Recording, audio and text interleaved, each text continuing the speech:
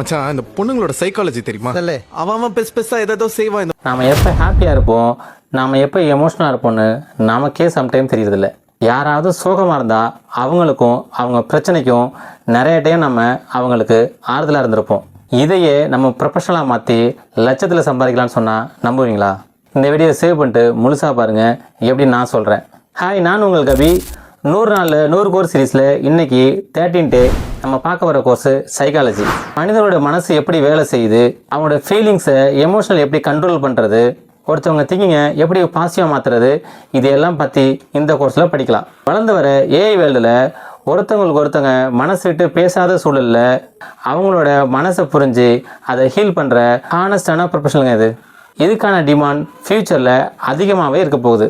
BA பிஎஸ்சின்னு இந்த 2 ஸ்ட்ரீமில் நீங்கள் படிக்க 12th நீங்கள் எந்த ஸ்ட்ரீமானாலும் இருக்கலாம். இதை படித்தா ஒரு சைக்காலஜிஸ்டாக, ஹச்ஆர் கவுன்சிலராக, மென்டல் ஹெல்த் கோச்சாக, ஸ்கூல் கவுன்சிலராக, இப்படி ஏகப்பட்ட இடத்துல நீங்கள் ஒர்க் பண்ண முடியும்.